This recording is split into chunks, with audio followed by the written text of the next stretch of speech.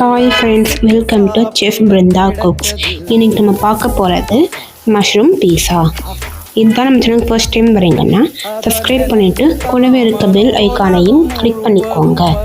வாங்க மஷ்ரூம் பீஸா எப்படி செய்யணும்னு பார்ப்போம். தேவையான பொருட்கள்: பெரிய வெங்காயம், குடமிளகாய், காளான், கொத்தமல்லி. வீட்லேயே மாவு ரெடி பண்ணி பீஸா செய்யலாம்.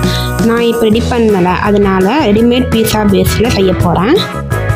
ரெடிமேட் பேஸை நம்ம ஸ்பூன் வச்சு நல்லா ஹோல்ஸ் போட்டு எடுத்துக்கலாம்.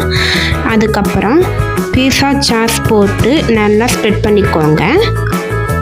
நம்ம டேஸ்ட்டில் நம்ம பீஸா செஞ்சுக்கலாம். பாருங்கள், சாஸ் ஊற்றி நல்லா ஸ்ப்ரெட் பண்ணிக்கிட்டேன். இது கூட கொஞ்சம் மசாலா சீஸ் சேர்த்து போட்டுக்கிறேன். இதுக்கு நீளமாக கட் பண்ண பெரிய வெங்காயத்தை சேர்த்துக்கிறேன். அப்புறம் பொடியாக நறுக்குன குடமிளகாயும் சேர்த்துக்கிறேன். டேஸ்ட்டுக்காக சாஸ் ஊற்றிக்கிறேன். நீளமாக கட் பண்ண காளான் சேர்த்துக்கிறேன்.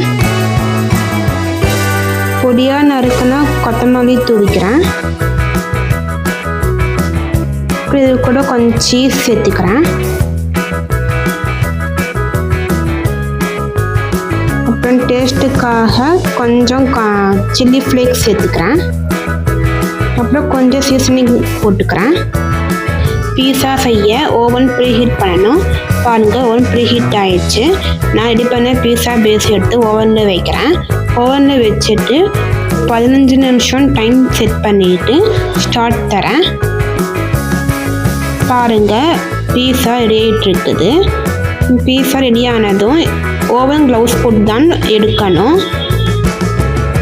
எடுத்து ஒரு பிளேட்டுக்கு மாற்றியாச்சு. பாருங்கள், டேஸ்டியான மஷ்ரூம் பீஸா ரெடி.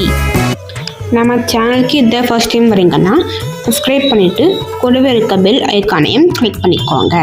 இந்த மஷ்ரூம் பீஸா ரெசிபி உங்களுக்கு பிடித்திருந்தால் லைக் அண்ட் ஷேர் பண்ணுங்கள். தேங்க்ஸ் ஃபார் வாட்சிங்.